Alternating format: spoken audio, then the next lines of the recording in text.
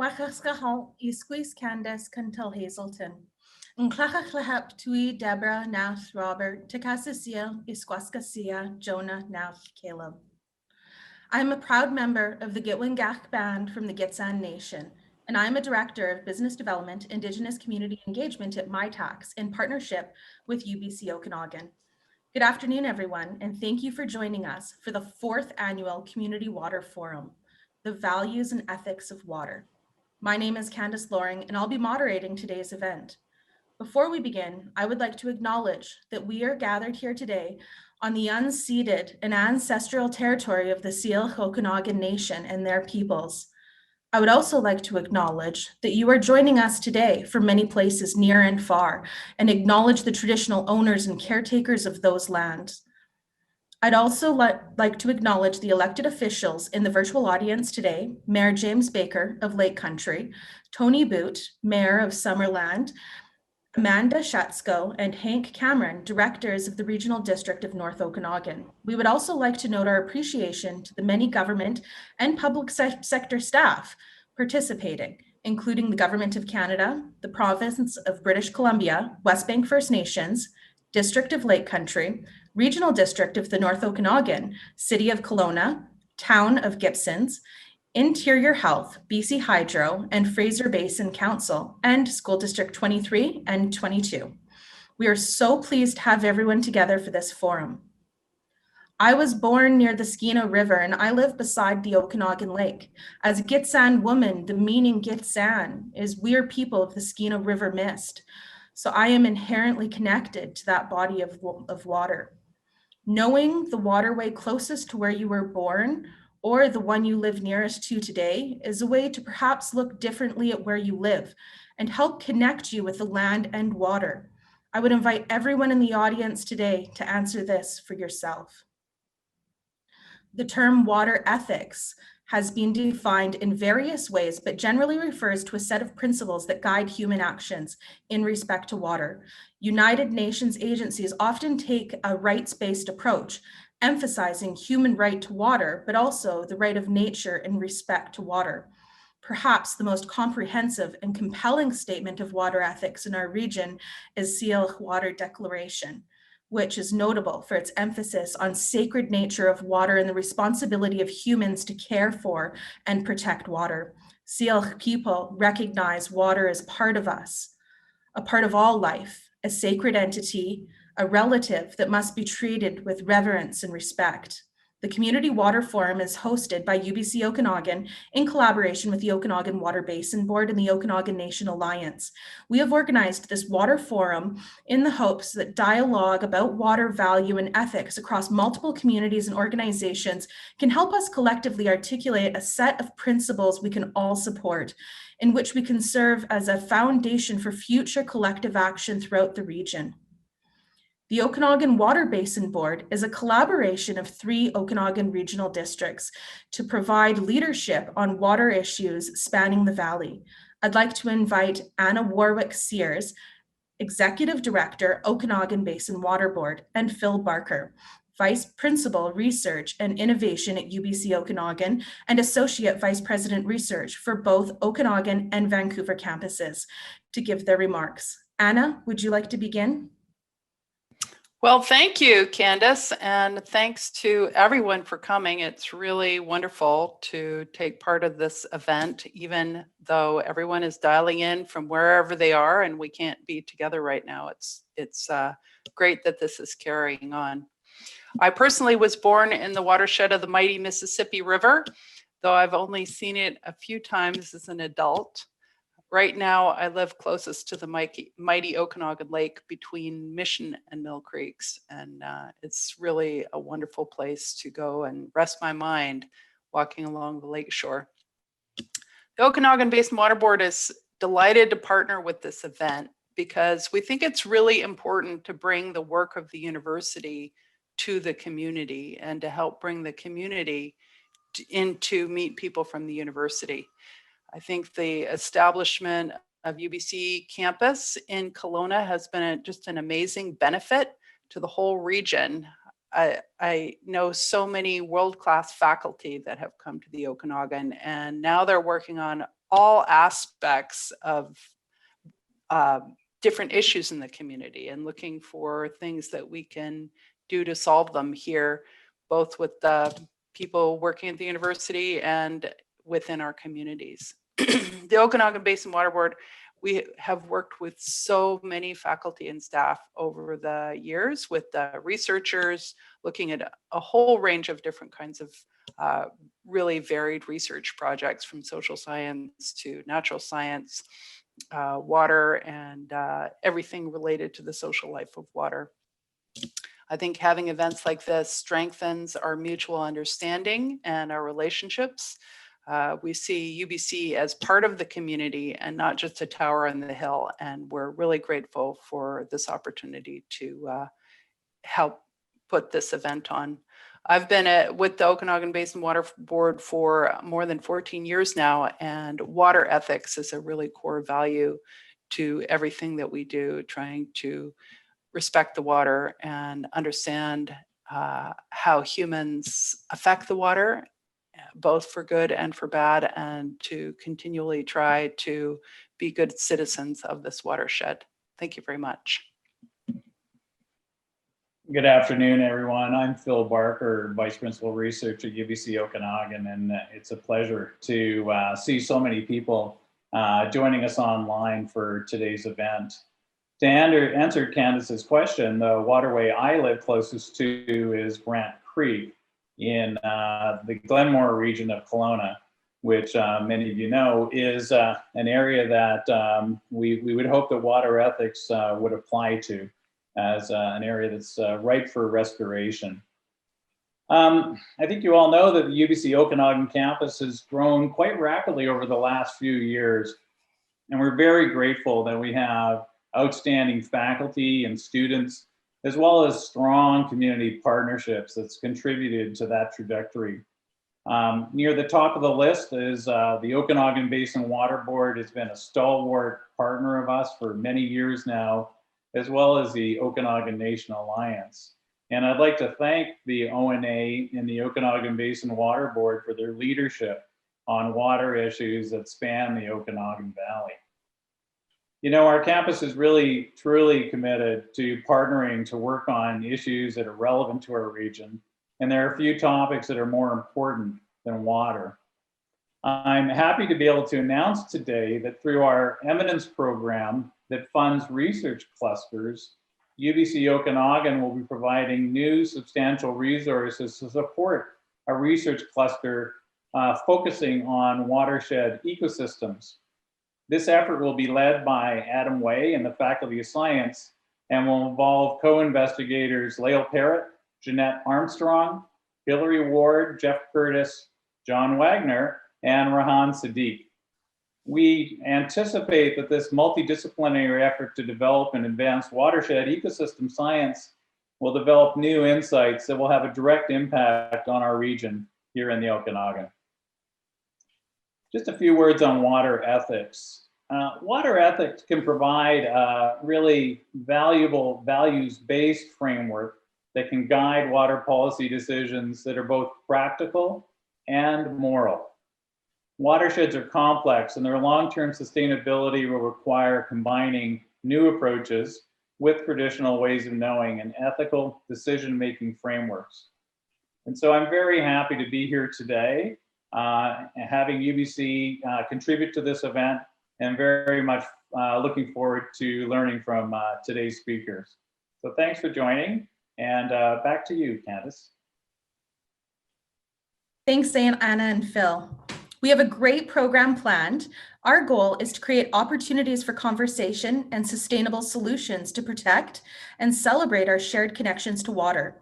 Our incredible panel of experts have experience in community-engaged water research, traditional ecological knowledge, and the Columbia River Basin and the Columbia River Treaty.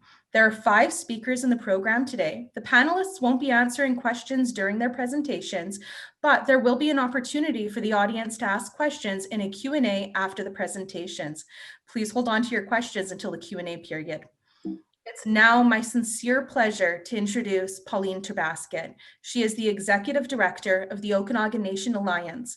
Pauline has more than 25 years of experience working in a variety of First Nations organizations and government, and has sat on in a volunteer capacity as a board member with numerous local regional organizations and societies, including the BC Native Women's Society, the Anaukin Center, UBC Okanagan, Aboriginal People's Family Accord, and the Kelowna Friendship Society.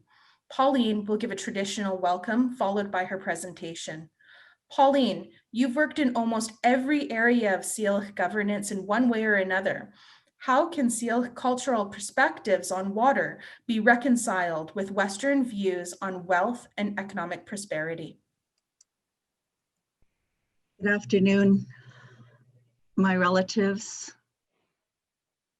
The traditional welcome I want to provide today has been inspired by the opportunity and the invitation that I had today, sitting with our elders in another session.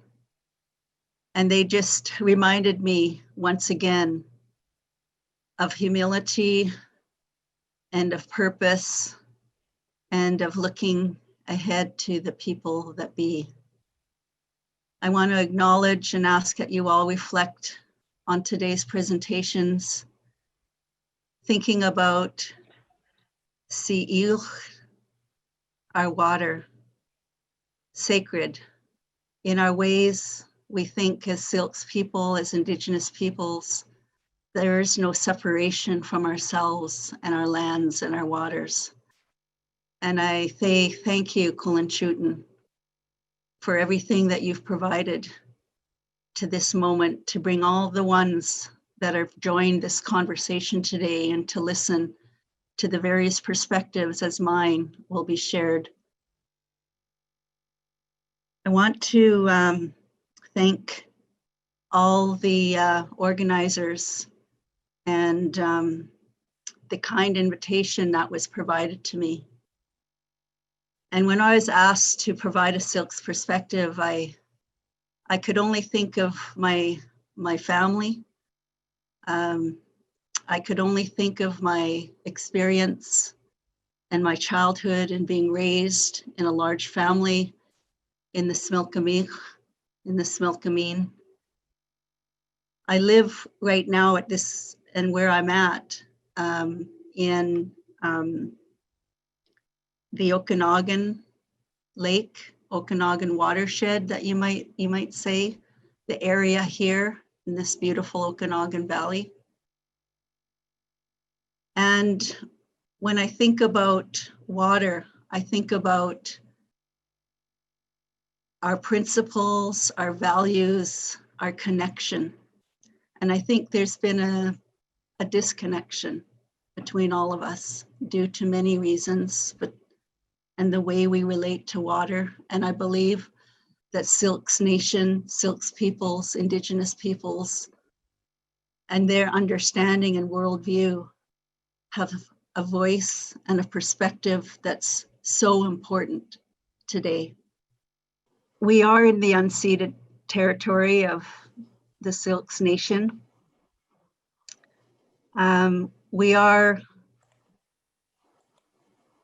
It's very important to think about what water means to us. For me, water is life. And from the Siwłkws Nation, I want to read a clause that comes out of our Siwłkws Water Declaration, just to share a bit of it. It'll be circulated and available to you and distributed to you throughout at the end of the presentations.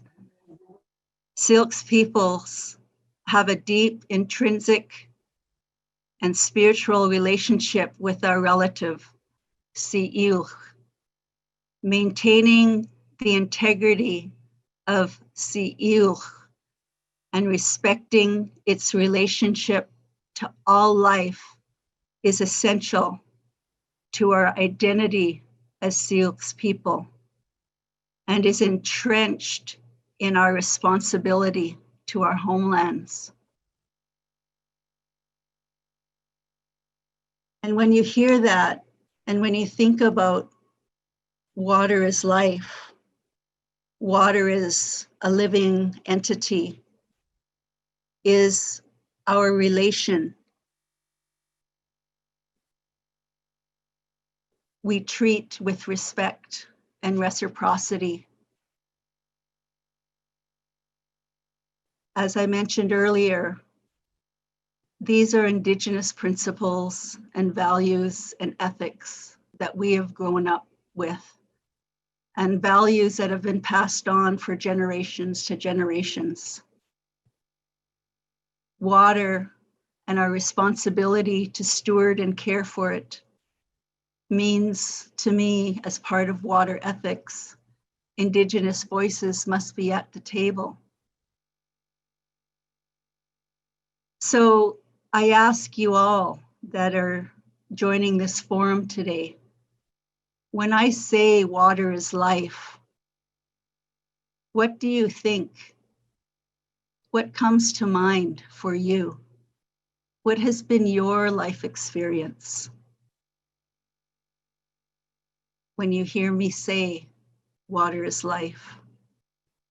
Please take a moment and write it down.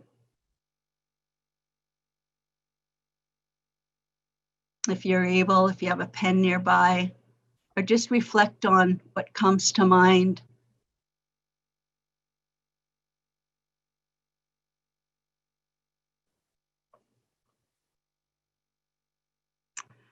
For me, when I say water is life, it makes me think, as I shared in my opening, of my family. I was born and raised in the Siwڵkw Valley, and I was raised by water. My homestead is Blind Creek in Coston, British Columbia now. And in our language, it's in Siwڵkৱ. And it means yellow dirt. And it means the place of yellow sunflowers between the months of April to June. I was also raised in the same valley by the Siwڵkৱ River, a floodplain, a beautiful valley that nourished our ancestors and our Mother Earth to this time.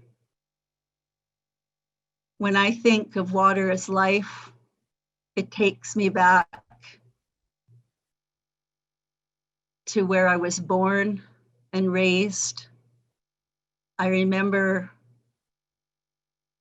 probably as a child, around 10 years old, drinking water. We bathed in the water, we packed water, we washed our clothes from the water. My grandparents, my family built a bathhouse. We had spiritual practices, our Quilston, a beautiful valley of a picture that you see, a stark contrast from where the reservation lines are to that of our neighbor. The top part of that picture that's shown of my homestead, of my homeland, of where I was raised, where poplars grew tall, where wetlands thrived, where water nourished our gardens and our apple orchards and provided for our family. Then sometimes later on, as life goes, as a young teen, I became aware of the changing times. I became aware that the regional district or the colonial powers that be, that I had little understanding of the time, but my parents and my brothers and my families knew, we had no control over the rerouting of Blind Creek. And it no longer flowed past our family home. Our poplars died, and my family turned the fields into alfalfa and did their best. Gardens were smaller, dry grass moved in, lands dried out.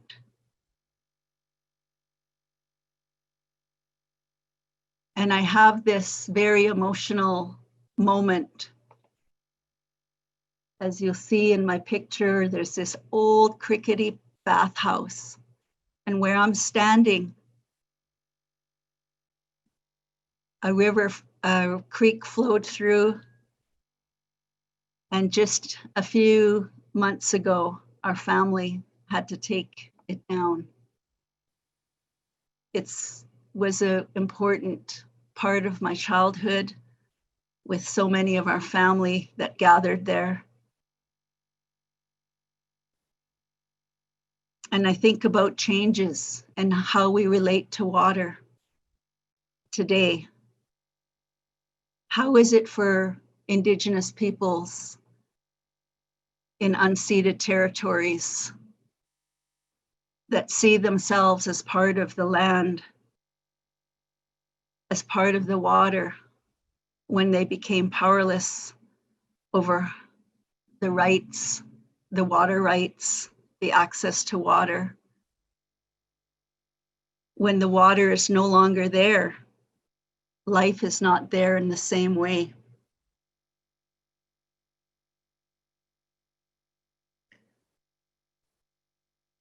That has an impact on our lives and on our relations with everyone. And when we think about values, if we don't respect Siwڵkৱ, all that gives us life, that which gives us life, we harm ourselves and future generations. That is a Siwڵkws perspective. Think about Okanagan Lake, in which I'm looking out at this very moment.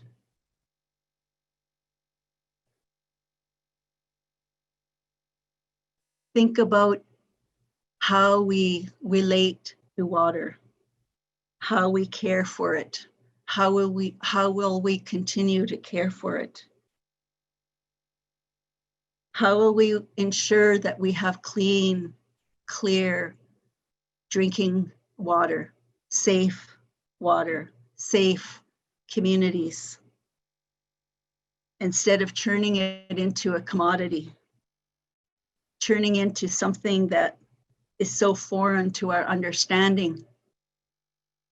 That is the conflict in terms of water values and ethics.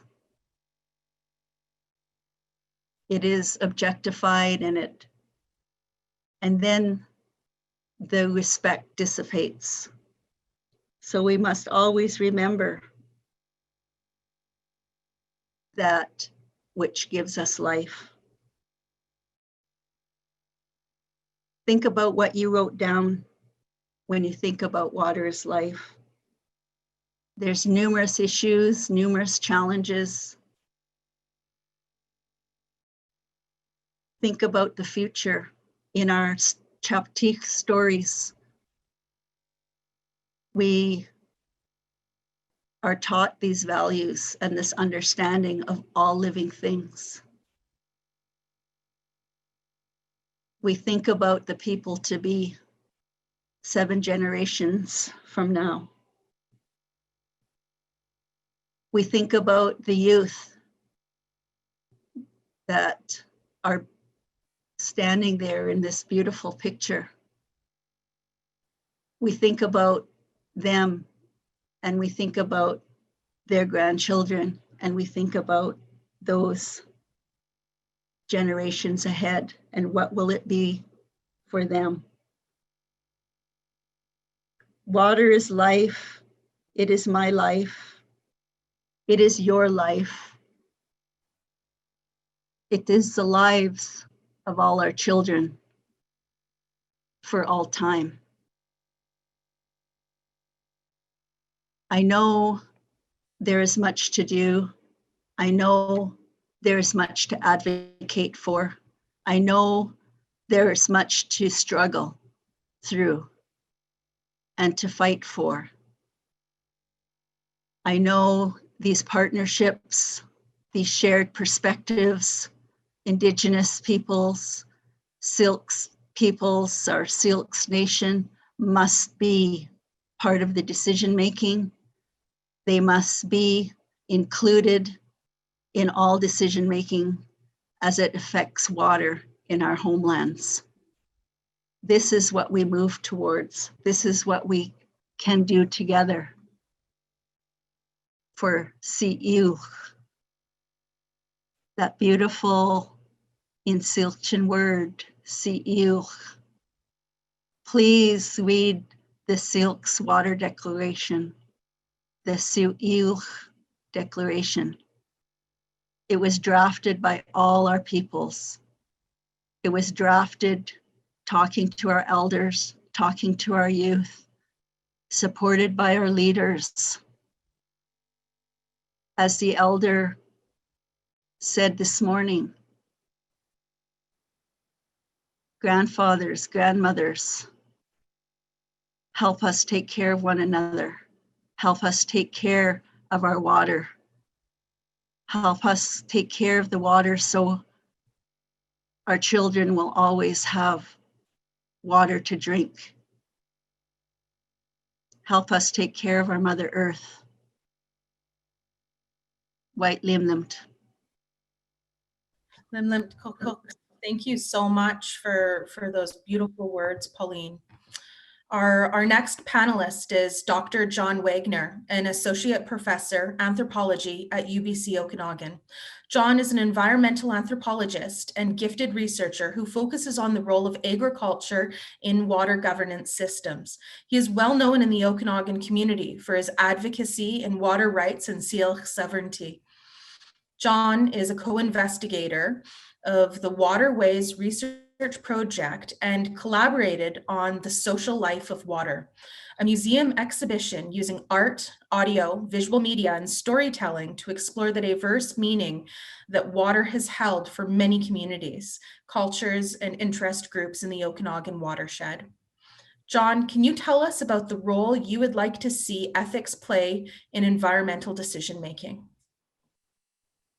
Yes, Candace, for sure I can. Thank you for that introduction and welcome everybody. I'll mention first that right now I'm living in the Mission Creek watershed, and I've probably lived there longer than anywhere else. But actually I grew up at least much of my childhood in the St. John River Valley in New Brunswick, which I still think is probably one of the most beautiful valleys in the fall anywhere in the world. Okay, so scientists and environmental NGOs often make public statements in support of science-based or evidence-based decision-making. And politicians often make claims about the legitimacy of their decisions on the same basis.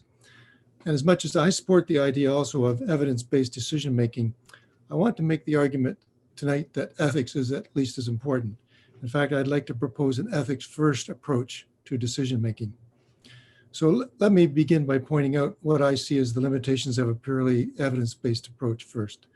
In the case of climate change, for instance, what evidence should we use to develop national, provincial, and municipal action plans in Canada?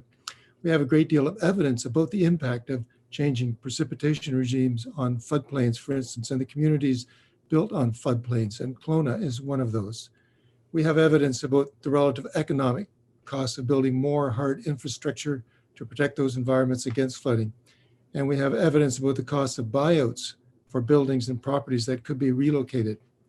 So should the decision to stay or relocate be based entirely on which costs less in economic terms? Or should other forms of evidence also be considered? Should we consider the relative amounts of ecological biodiversity associated with each choice. Should cultural heritage count? Should the cultural heritage of one group, a majority group, count for more than another? In every case where evidence must be used to make decisions, we still need to decide what weight to assign to different bodies of evidence. Evidence clearly does not make the decision by itself. Human values ultimately inform all our decisions, and an ethical approach requires that we take values into account, and that we do so through a deliberate process of engaging with one another across value differences, as we're doing right now. Following a set of principles we can all generally subscribe to, beginning with democratic process and the principles that guide it, broadly defined: fairness, honesty, transparency, equality before the law. And in the case of environmental ethics, respect for other species. In the case of water, respect for water. So how might an ethics first approach actually inform two particular processes I am now studying: the renegotiation of the Columbia River Treaty and flood risk mitigation in Kelowna? The Okanagan and Siwڵkʷ rivers are tributaries of the Columbia, as the slide you are seeing now illustrates. And the Columbia River Treaty does have impacts here in the Okanagan. Canada and the US began negotiations over the future of the treaty 2 years ago, following an extensive round of meetings, studies, public consultations in BC and the US states that are in the Columbia Basin. The main point of disagreement resulting from our treaty review processes concerns the Canadian entitlement, the amount of money the US pays British Columbia for the downstream benefits of BC storage water, calculated as 50% of the value of that water for hydropower generation in the US. I will leave it to Tom Soldner, our last speaker tonight, to provide more details about the treaty. I simply want to point out that no matter how evidence-based it may be, the focus on the Canadian entitlement leaves unanswered some fundamental ethical as well as legal questions about the rights of Indigenous communities on both sides of the border, the historic injustices committed by BC Hydro against the farming communities flooded out by the Columbia River Treaty dams, and the value of damaged ecosystem functions, or what some might prefer to call the rights of nature. An ethics-first approach to treaty renegotiation would not ignore the Canadian entitlement, but would give higher priority to the pressing ethical questions we need to answer before we can resolve existing conflicts and inequities and restore a much degraded river system. Here in Kelowna, we could also benefit by an ethics-first approach to flood mitigation as we experience more frequent extreme precipitation events due to climate change. Much of Kelowna is actually built on an historic floodplain dominated by the flows of Mission and Mill Creeks, as you can see in the current slide. Big change from 1800 to 2019. An ethics-first approach to flood mitigation would value the engineering studies being undertaken now by the city as well as by UBC Okanagan researchers, but would also review the history of what has been lost by systematically dismantling most of that floodplain, disregarding Siwڵkŵ rights and historic uses, and eliminating so many of the ecological benefits it could provide, which include flood mitigation. Floodplain restoration is now a flood mitigation strategy employed by many municipalities across North America simply because it is cost effective by comparison to many others. But it usually requires some kind of buyouts of private property, and this is where conflicting sets of values come into play. On your screen now is an image of the watershed in which I live, segment of Mission Creek. This segment is one where restoration is now underway. The dike has been set back, and this will have benefits for fish and riparian habitat, as well as flood mitigation. Portions of Mill Creek could also be restored. But which portions, whose property, at what cost, and based on what future vision of the city of Kelowna? An ethics-first approach to this issue would provide us with the opportunity for dialogue across value differences, help us establish a set of principles, ethical principles, to support climate change adaptation, ecological restoration, and also the goal of reconciliation between Indigenous and non-Indigenous communities. So I'll end there, and Candace, back over to you. Thanks, John. I would also like to take a moment just to apologize to Pauline for our technical issues that we were having earlier. I'm really pleased to introduce our next guest, who is Zoe Kirk, who has a unique perspective about water ethics and how local government can collaborate with Indigenous groups. Zoe is the Special Projects Coordinator, Public Works Engineering for the Regional District of the Okanagan Siwڵkว์. She oversees special projects and internal programs, including water conservation stewardship, residential water meter leak detection, and Wild Safe BC. She works directly with other local governments, the Okanagan Nation Alliance, residents, and non-governmental organizations. Zoe, you have practical experience in community dealing with all sorts of water issues. Ethics considerations are very new for most governments. How would you bridge the gap between colonial views in government intersecting with Siwڵkว์perspectives? Well, thank you very much, Candace. And that's a big question. And I hope today that we get to look forward to discussing some of the ways that we can do that. And respectfully, I don't think I'm an expert at all on just about anything. But I will say, as I share my screen and begin my presentation, that I was born by the mighty Fraser River, and actually raised off the Fraser River on Pender Island, which is in Coast Salish territory. And so for the past 15 years, I've looked out at Lake Okanagan at Penticton. So I'm going to begin my presentation, and I just wanted to make sure that people can hear what's the video is. So I'm just going to double check that. So we're good for that. And so my focus today is to bring some perspective from the local governments, water and wastewater. And my presentation is going to both affirm and contrast to what we've heard so far. And because I'm in public works, I'm going to talk from the pipes and pumps folks, and I'm going to highlight some of the extremes of the institutional disconnect, and then finish off on the positive, some of the collaborative projects that we are undertaking to begin to bridge that gap. So it's the top-down, bottom-up, circular approach. So let's begin. Traditionally, local governments, water systems operations, are tasked first and foremost to move water safely from point A to point B and to rigorous drinking water standards. They adjust and monitor, they deal with infrastructure lifespans and the logistics of purveying water or wastewater to and from the next approved development. It is more the ethics of execution in all weather, on the ground conditions. Waterworks are a 24/7, 365 constant. Operators understand the importance and intrinsic value of water from their perspective. Most often, water is generally regarded as a resource that must be managed rather than holistically as our life force or a brother, which is in contrast to previous presentations.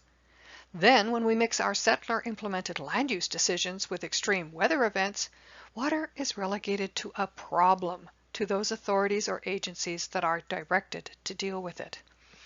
Often the same folks who provide drinking water to your taps and toilets are redirected to deal with these events to enact immediate and emergency works, which are almost never good for the land or the water. In water cleanup, debris management is difficult and complex. It's not well understood by citizens that the environmental impacts or pressures are placed on infrastructure and other services like landfills. Often overlooked are the impacts to sensitive habitats like foreshore or riparian areas. This photo shows a wall of submerged sandbags. As waters rose, they added more. This site had 5,000 sandbags, some jute and some plastic. It's complicated to begin integrating concepts like water as a relation or that water has inherent rights. People's level of awareness towards water, riparian areas, and wetlands are at various points on the continuum, on both sides of the counter. Even though recently there is more willingness to embrace the inherent rights of water, there's also a prevailing attitude that people have dominant and inherent rights to water. And like many organizations, there are a few people pushing the bar ahead, trying. and just as many pushing that bar back hard to keep it where it is. Capacity creates barriers, as departments have to do more with less. Therefore, anything that requires thinking outside the box or implementing a change to the way things are being done is met with resistance. Having briefly explored challenges and barriers, I'll illustrate a couple of approaches that we've used to influence change. I've used the salmon analogy, that steady push forward with slides back and shifting angles of approach to get over the barriers raised within and without the organization by offering intriguing learning opportunities. It is said that a mind that is stretched by a new experience can never go back to its old dimensions. Or as my old dad used to say, "Girl, a good con is never knowing you've been conned." So just substitute the word learning for con, and you have my secret, my approach. We'll briefly explore just 3 of our collaborative projects whose intent is to awaken respect for water, our lifeblood, and thereby instill the obligation to steward it. I'm privileged to present these projects to you, but I stand on a pyramid of generous team members, collaborators, and funders. From the boardroom to the land and back again. This is the launch of the Cottonwood Project in collaboration with the Okanagan Centre, the Okanagan Nation Alliance, and bands in the region. Funded through a Heritage Canada 150 grant, this education restoration project used the planting of 1,500 black cottonwood trees throughout the region as the nucleus. From concept to classroom to the land, where elders, learned folks, and biologists taught school teachers and students about the importance of riparian and floodplain areas.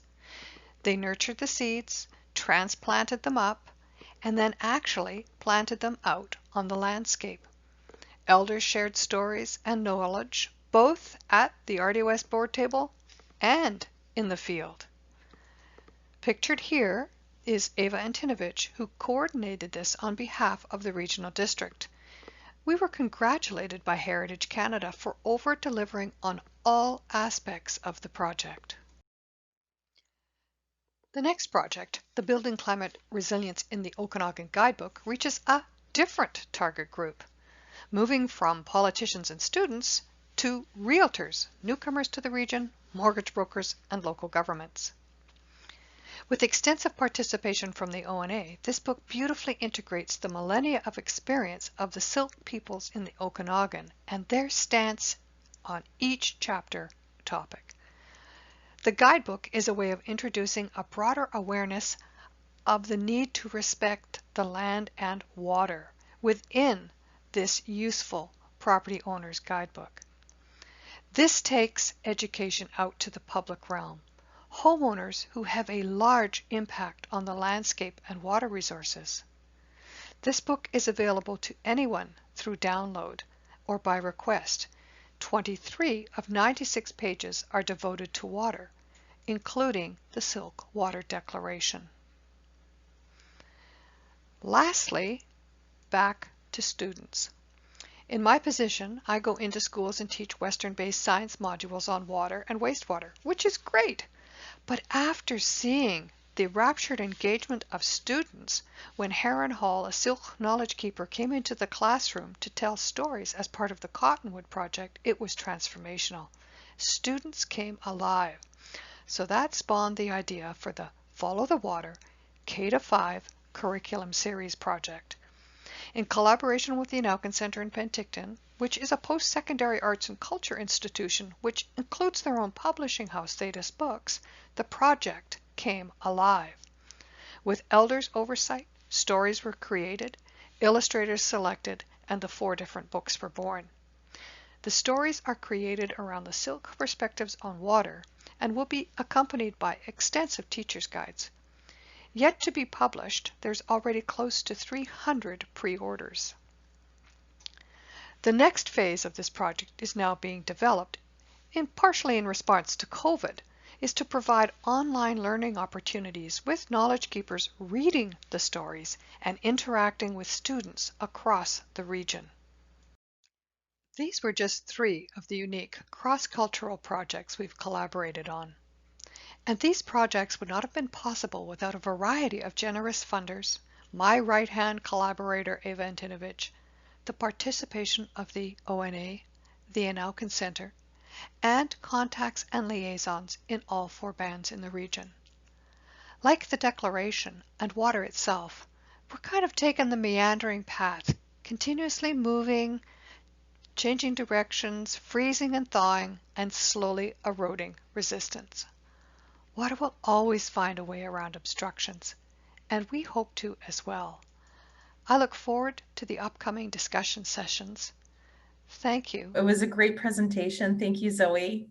Up next, I would like to welcome Tessa Terbasket, who many see as the next up-and-coming leader of her generation. Tessa is a natural resource research and policy coordinator for the Okanagan Nation Alliance. She's been instrumental in empowering, challenging, and encouraging Siwڵkw youth to become more involved in water. Tessa has an undergraduate degree in interdisciplinary studies from UBC Vancouver, concentrating in Indigenous studies, political science, and environmental science.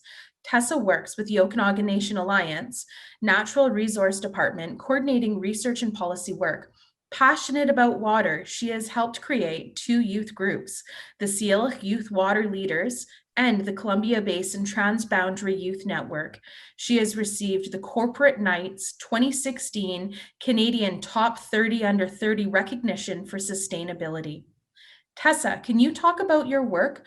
What do you see as the most important priority in ethical environmental safeguards for the protection of water? Thanks, Candace. First, I would like to introduce myself. Siwڵkৱ Kintel Siwڵkৱ. Good afternoon, everybody. I was born from the Siwڵkৱ watershed that ranges from Costin and Princeton area. And I currently live in the Upper Power Creek watershed, and I'm a Siwڵkৱ Okanagan Nation member. I work for the Okanagan Nation Alliance in natural resources, and I am very passionate about water. I try to bring it into my everyday personal life, but also my work life. And I just want to mention that me and my partner have started a small farm, and it's important to me because I'm carrying on that legacy that Pauline talked to about before. As well as a next generation farmer, how can I have the least amount of impact to the watershed that I live on and work on?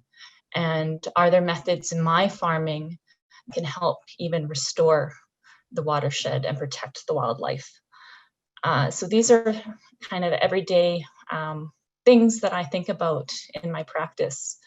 And when I hear the term water ethics, what I think about really is core Siwڵkৱ water values and way of viewing the natural world and the watershed.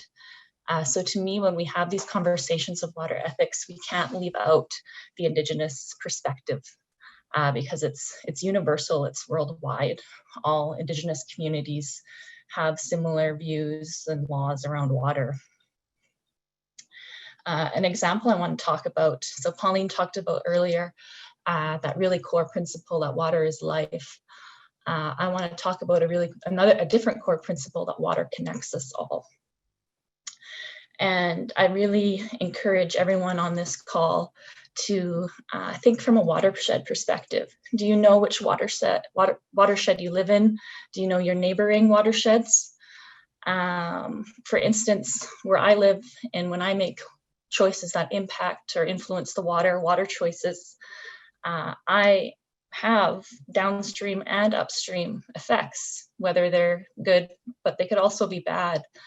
And for those that live in more urban developed areas, it's just so easy to turn on the tap and the water flows and it's clean and it's healthy and it tastes good. And we could never even imagine that water being running out. There'd be arms thrown in the air like, what, this is my right, I pay my taxes, I need drinking water to live. But you could also never imagine that that water would be contaminated and could harm your family.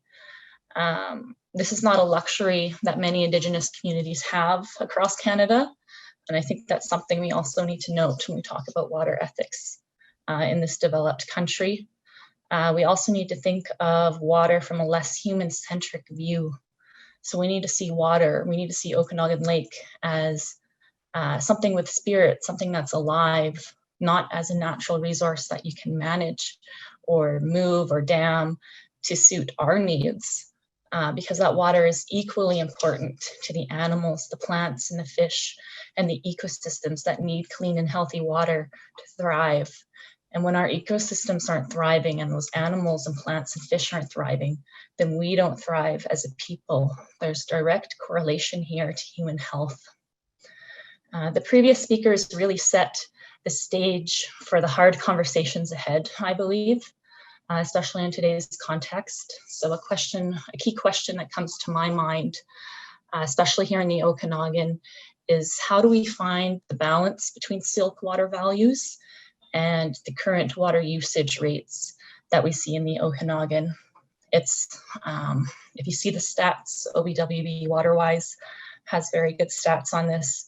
The people that live in the Okanagan, we use way more water than the rest of Canada, than other places in the world, and it's just not necessary.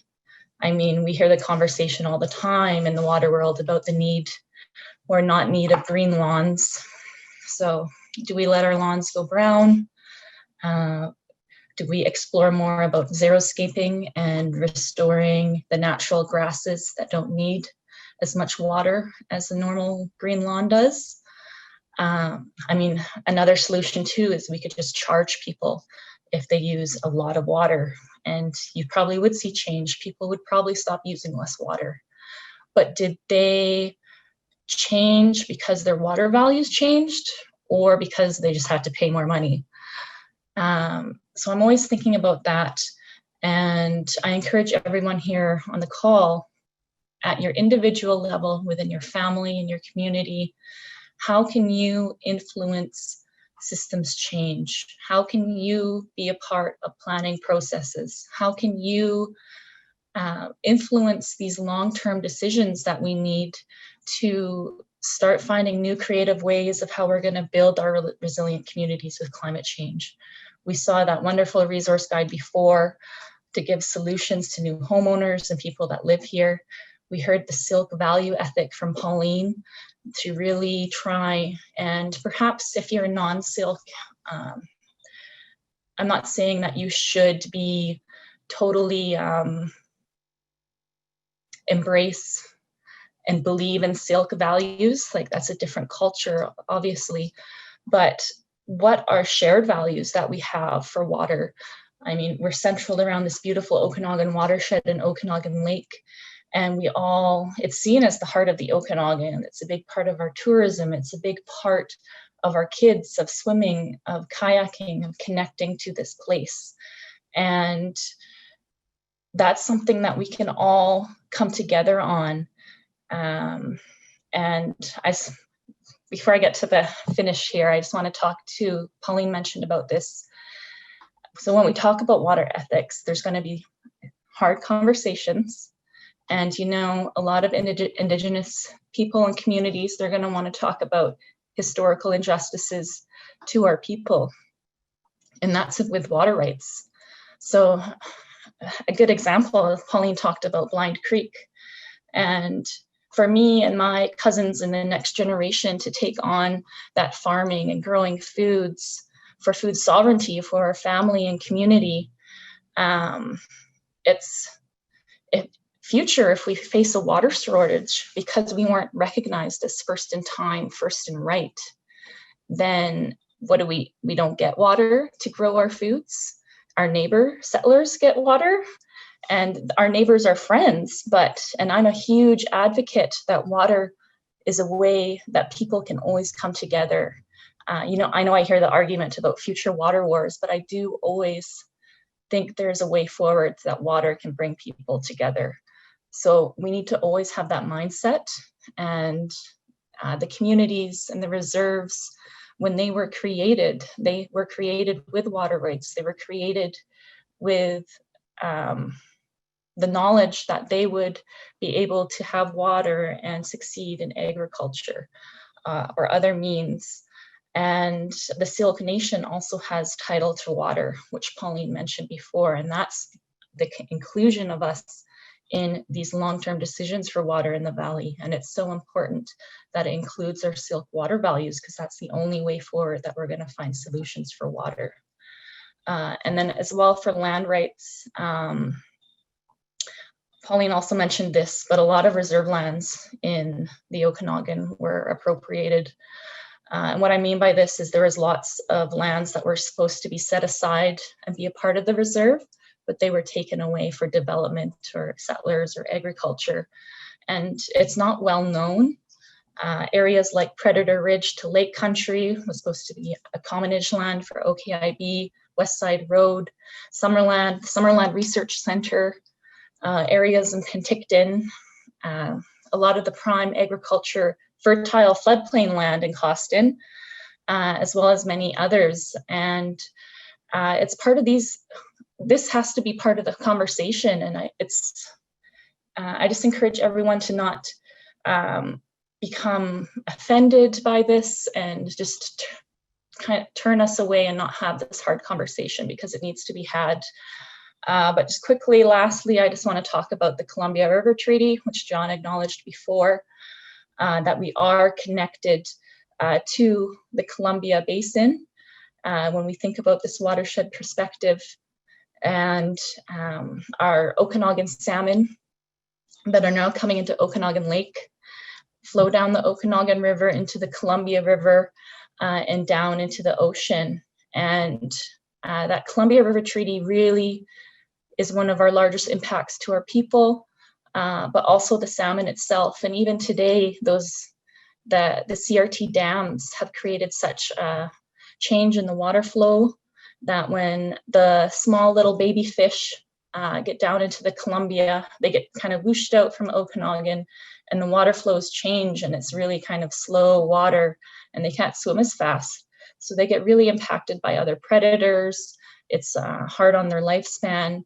And these are just some things that we also need to consider when we talk about Columbia River Treaty. And this go around with the renegotiations, the ecosystem function and flood control, or ecosystem function and cultural values are also considered with flood control and hydroelectric power. And it's something that we all need to think about, especially when we live in urban centers like Kelowna or Vancouver, and we get relatively cheap power. And a big part of that is from the Columbia River Treaty, because just over 50% of all power generated in BC comes from the Columbia River. So we are all connected. And I just want to thank everyone for listening to my talk. Limlimt. Limlimt, Tessa, thank you so much for that incredible message. After taking in all of the presentations and reflecting on what's been shared, what do you think is the call to action? What is the one thing you would like people attending the forum to hear? What should be next? Pauline, would you like to start? Can you see me now? Absolutely, we can see that beautiful smile, Pauline. Call to action. One of my mentors, teachers, she reminded me of responsibility to step up. As I stepped up today, perhaps without a camera, but I still stepped up. And that's how it is. That's how life is. You got to step into those fierce conversations and work on reconnecting. And you know, as you'll hear from our friend Tom from One Rivers Ethics Matter, you know, righting the wrongs. What's it going to take? So really, a call to action for me is continuing to step up whenever possible and be brave. Limlimt. Limlimt, thank you so much for that message. John, what are your thoughts? Oh, sorry, John, you're still muted. Sorry about that. Okay, my thoughts are around the importance of getting to know one's own watershed. I taught a course last year on about water, anthropology of water, I called it. But the main project in that class was to have students study their own watershed, get to know it. And, you know, probably 2/3 of the students in that class, to begin with, they didn't know what their watershed was even, especially if you live in an urban area. They didn't know where their drinking water came from.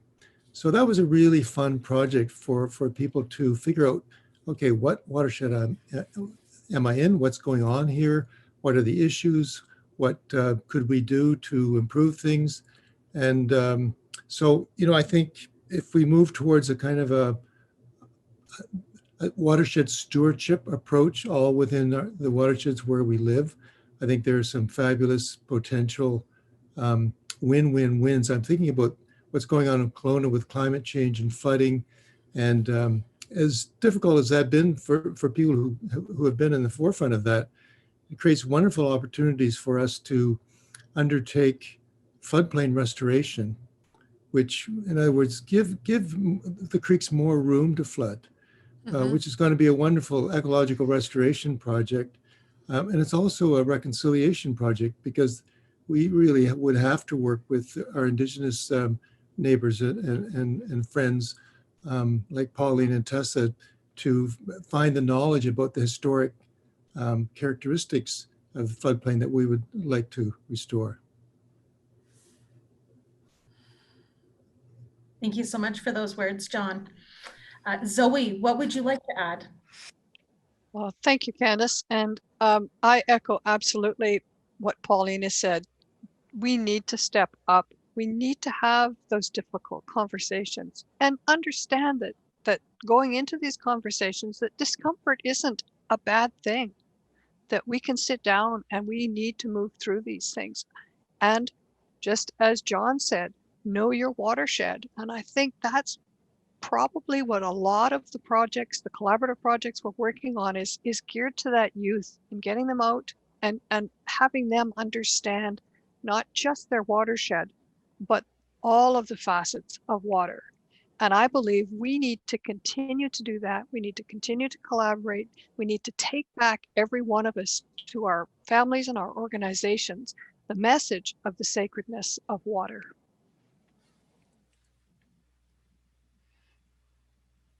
Thank you so much, Zoe. And Tessa, what are your thoughts on the next call to action? I think my call to action to everyone here on the call, just in addition to getting to know your watershed and water, I don't think you can do that fully without getting to know whose Indigenous lands you live on. And it's so important. It's not offered in schools, and if you didn't take it in university, but even just finding access to an Indigenous 100, 101 level course or readings. There's so many Indigenous authored books and resources out there to read and become more aware of the circumstances and history that we not only have in Okanagan, but in Canada as well. And from there, as you learn these things and you become more aware, then I encourage you to learn more about the Siwڵkŵ Nation here in the Okanagan, and what do they do? How do they perceive water? What is their history? Because you cannot talk about governing water moving forward without including the Siwڵkŵ Nation, without including those hard conversations about land and water rights, which is a hard topic, especially for some of us technical folks that like to just stick science only. This is about science and data here, but it's really not. And that's what John was highlighting earlier, is we need to start including the people and the values of water with science. Limlimt. Thank you so much, Tessa. Thank you to all of our speakers for sharing your thoughts and expertise. I know the audience at home has a lot of questions, but before we get to the Q&A, I wanted to share an exciting opportunity for people who want to dive deeper into water ethics. Tom Soldner is with us today. Tom coordinates the Ethics and Treaty Project for the Center of Environmental Law and Policy and Siwڵkৱ with support from the Columbia Institute for Water Policy. The project promotes principles of stewardship and justice in modernizing the Columbia River Treaty and organizes the annual One River Ethics Matters Conference. Tom? Thank you, Candace. Appreciate it. I call Spokane River and Spokane Falls home these days. Thanks also to UBC and ONA and the Water Board who arranged this forum. The Columbia River Treaty between Canada and the United States was ratified in 1964 for developing and operating the dams of the Upper Columbia Basin for the sake of power generation and flood control benefits in the lower basin. Unfortunately, the treaty ignored the river's fish, wildlife, and other critical environmental realities, as well as the interests of First Nations and tribes who were not even consulted. Modernizing the treaty is a once-in-a-generation opportunity, first, to restore the river's damaged ecosystem, and second, to right the wrongs done to First Nations and tribes. Next slide. The Ethics and Treaty Project is a multi-year ethics consultation on behalf of the river and the life that depends upon it. It has two foundational pillars: hospital ethics committees and the Columbia River Pastoral Letter. Next. Hospitals and medical personnel have developed protocols for determining treatment of patients who, because of injury or illness, are not able to make their wishes known. Folks with strokes, for instance, or head trauma, Alzheimer's patients. Who speaks and makes decisions for these patients? Dr. John Osborne's bedside to streamside protocol similarly is designed for determining who speaks and makes decisions for the voiceless in the environment, for the river and wildlife, for the air and trees and plants. Next.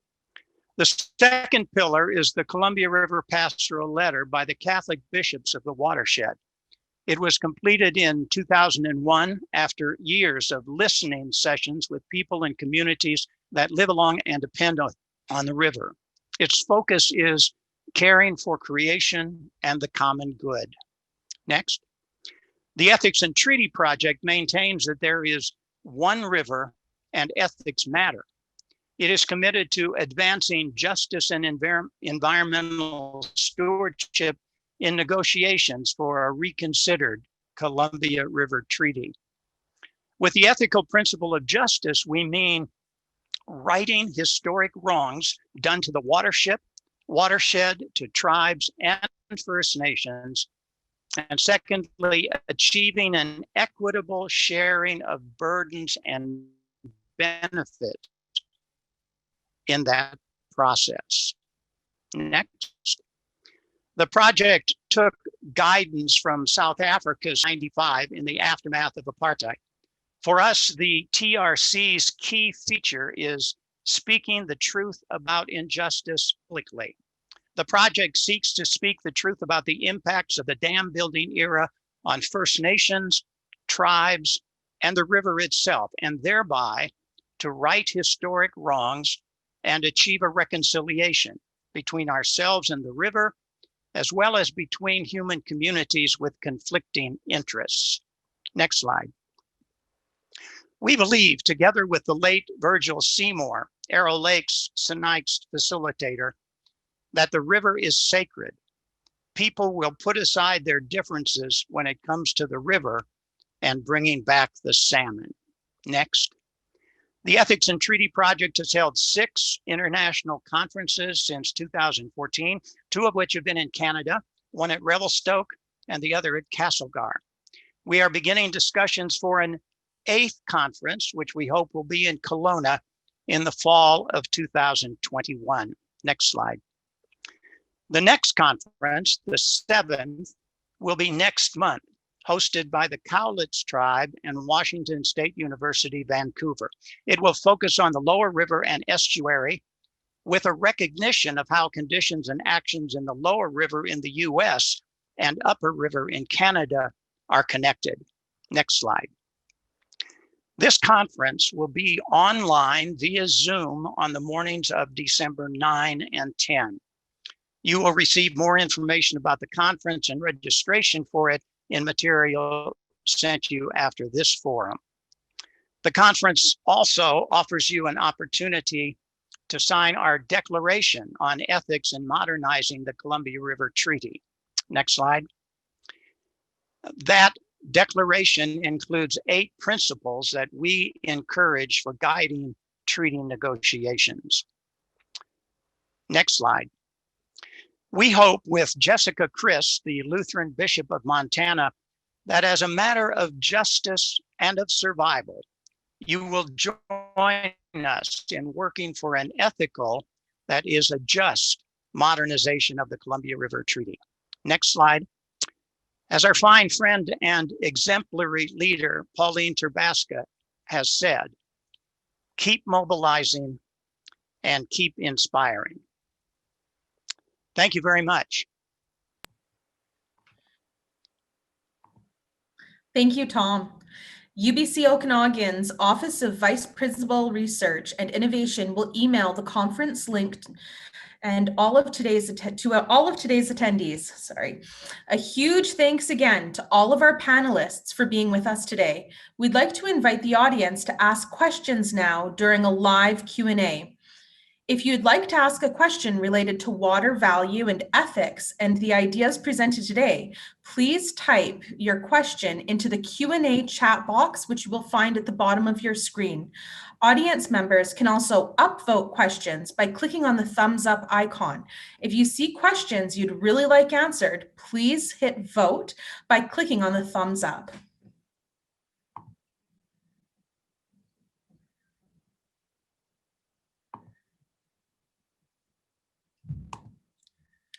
All right, so our first question up is coming from Janice Larson. Some jurisdictions have granted legal right to bodies of water, example, the Wangari River in New Zealand.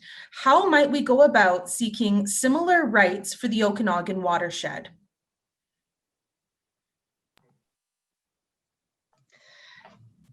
I would like to go first, Candace, if that's okay. Absolutely. So from my perspective, I want to lift my hands up to the New Zealand and that they were able to do that accomplishment. It did cost a lot of funding and capacity. But I just also want to acknowledge if we truly held up silk rights, silk water rights, then we wouldn't need to give, for, let's say, Okanagan Lake rights. Because when you uphold silk rights and we can uphold our responsibilities, we are the water rights, if that makes sense. So, thank you. Well, thank you, Tessa. Does anyone else have anything to add? I'd love to jump in on this conversation. As I have colleagues, including Maori colleagues in Aotearoa, who have studied this issue, and I present my students almost every year with this question of, what do you think about this idea of declaring a river as a living entity with its own rights within a legal system? And the fact that the state of New Zealand and the Maori people have been able to come together to do what they've done there is really quite special and remarkable. But it still leaves the situation of somebody has to speak for the river, and who gets to do that. And it's complicated. So I think in some ways, just kind of agreeing with what Tessa says, it's not necessarily, it could be a great way forward. It's not necessarily the right way forward at every place you might go. Thank you, John. It looks like Pauline has some words to add as well. Thank you. And once again, thanks for the important question. I think that is part of the consciousness raising that's necessary, that we all take responsibility for what is possible. And what is possible here in the Okanagan, in Syilx territory, what is possible along the One River, what is possible along everything that gives us life. As you heard, the values of our people is that our water We are our water. We are water. We are our land. And so we are living. And when we have that reverence and connection, that should show up in our actions. And as the Maori did, that is an action that they seen that was necessary. So what will that action be here for the Siwḻkws leadership, for the Siwḻkws Nation? That's the conversations that we need to have. There is no one approach to this. Our world is beautifully diverse, as is our perspective. And we all have relationship with where we live and know where we live. And how do we want to contribute to the care and steward of that place we call home? Limlimt. Thank you so much for those words. So I'm going to move on to the next question here. How do we communicate our wonderful Indigenous epistemologies with non-Indigenous people so they understand the importance and the value as a spiritual entity with agency? This question coming from Joanne Nelson. I think this one would probably fall back with either Tessa or Pauline, as it's an Indigenous focused question, if you'd like to take that on.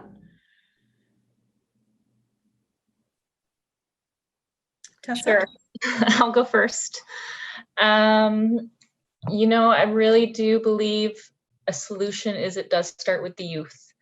And I truly believe what Zoe was highlighting earlier, getting youth out on the land, connecting through experience to those values and seeing change. And but there's also this relationship building here in play as well. So if you, for instance, let's say we have Siwڵkw and non-Siwڵkw youth together, there's a huge opportunity there to not only learn about Siwڵkw water values, or if it's like a water leadership program, for instance, or science practice or doing actions. There's a huge opportunity there for the youth to be engaging each other and learning each other's histories from their perspectives. And I see huge opportunity there for relationship building, for reconciliation, and just moving forward. I truly believe youth can help with the change. Thank you. I would like to add that thank you for the question. It's so fundamental for all of us, and all of the perspectives shared today is around engaging and developing partnerships with Indigenous nations and wherever you are, and that sharing and understanding is thinking outside the box, as some might say. It takes you outside, not only in your own comfort zone, but it takes you out onto the land. And so I want to echo what Tessa has shared, to understand those ways of knowing, those ways of understanding. You have to put yourself out there.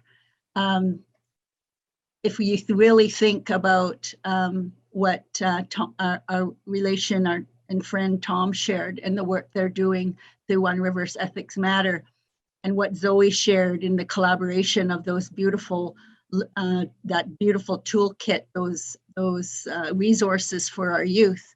If you really think about the conferences and the partnerships that our Siwڵkws Nation has had with UBC and other partners, that is all part and parcel what has to happen. There has to be an openness, there has to be a transparency, and there has to be action.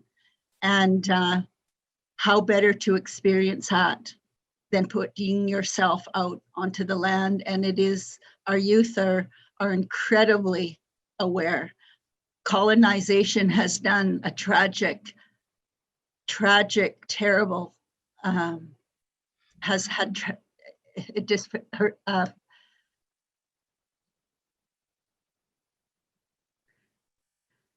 there's such a disconnect in our world. Let's just say that. And we have to want to connect with one another again. Limlim.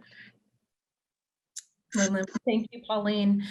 Zoe, I actually would like to call upon you because I'm thinking of the incredible work that was done with Kaiket, with Heron Hall on those books. And if you could talk a little bit about that, because that truly is an act of reconciliation.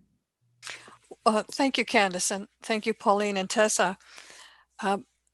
When we speak about youth, I'm of an age that I look at Tessa as being one of the groundbreaking foundational actions of youth today. And then Tessa's looking down that next generation to the youth getting out on the land.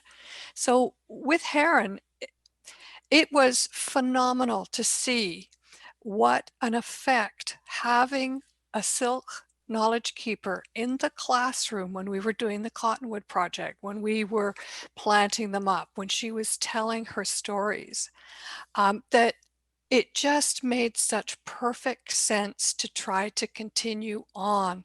So we looked for a project and we looked for funders. Thank you, Okanagan Basin Water Board.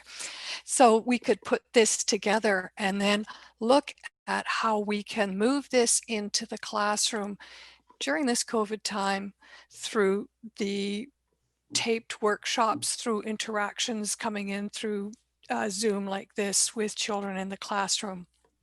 And so we've been building on that foundation, and it seems, and Tessa can jump in here anytime, but it seems with every project that we conceive together, it begets yet one more project that we can do and look towards. And I think that's the message I would like to say, is take that first step. Thank you so much, Zoe. I'd like to get one more question in. It's powerful to reflect on how our relationship to water and salmon changes when we view them as relations. What does that mean for the speakers? It looks like Pauline's unmuted though, so I know ONA has done some incredible work bringing the salmon back. Pauline? If we really think about our Intik, our chief salmon, we really think about what we've shared and expressed, you know, throughout, especially our region and our relationship building with the Okanagan Basin Water Board, with, you know, UBC, and as I said earlier, many partners. Intik is one of our chiefs. They gave up their life so we could all be here having this conversation. And the covenant made was that we would always take care of them. So when I think about, if you think about salmon and their resilience and their determination, their for-life life cycle to give and return and nourish and revive and realign and struggle and keep determined, and so we can eat, so we can live. So I would hope that those that are engaging in reconnecting in any way, in whatever that looks like, that's the work, that's the struggle, that's the stamina, that's the life that you have to commit to understanding and want to share with your children to understand. Thank you. Lim to Pauline. I'm going to go a bit over just because we're having such great conversation here with these questions. So I apologize to the audience. We're just going to hang on for about another 5 minutes just to ask a couple more questions. So the next one, actually, I think I'm going to send to John. What is the biggest barrier to having those tough conversations?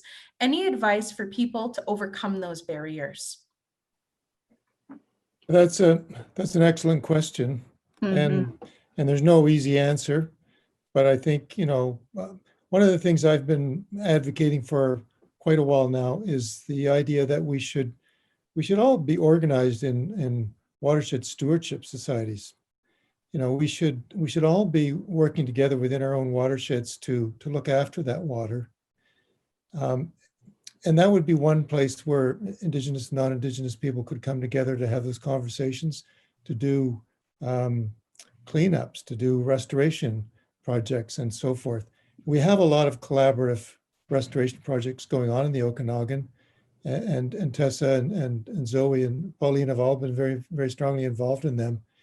I think that would be one venue. I think that's kind of what we don't have, is we don't have regularly occurring situations where we come together as communities, but we could come together in our watersheds. That would be one possibility.